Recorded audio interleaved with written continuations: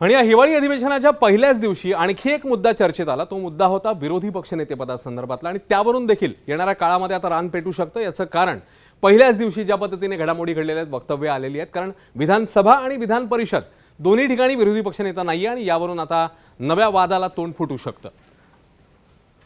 विधानसभेच्या विरोधी पक्षनेतेपदासाठी आधी शिवसेनेचे नेते भास्कर जाधव यांचं नाव चर्चेत होतं, मात्र आता माजी मंत्री आणि शिवसेनेचे आमदार आदित्य ठाकरे यांच्या नावावरून जोरदार राजकारण पेटलंय।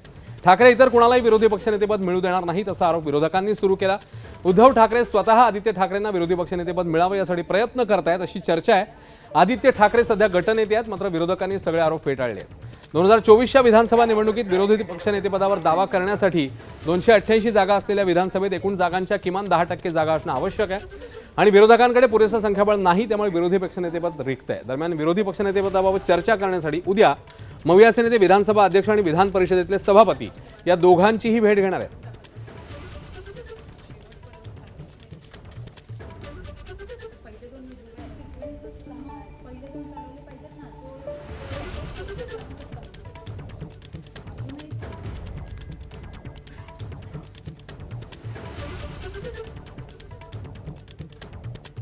तर या सगळ्या संदर्भात मतमतांतर आता समोर येतात। मंत्री उदय सामंत यांनी भास्कर जाधव यांचं नाव इकडे बदललं जाऊ शकतं अशी शक्यता वर्तवलेली आहे, ज्याच्यावर ठाकरेंच्या शिवसेनेचे आमदार आदित्य ठाकरेंनी प्रत्युत्तर दिलंय। शिवसेनेचे ज्येष्ठ सदस्य आदरणीय भास्कर जाधव साहेबांना काहीतरी विरोधी पक्ष नेतेपदाचं पत्र दिलेलं होतं, परंतु आता ते नाव बदललं जाण्याची शक्यता आहे अशी देखील चर्चा नागपूरमध्ये फार मोठ्या पद्धतीनं सुरू आहे।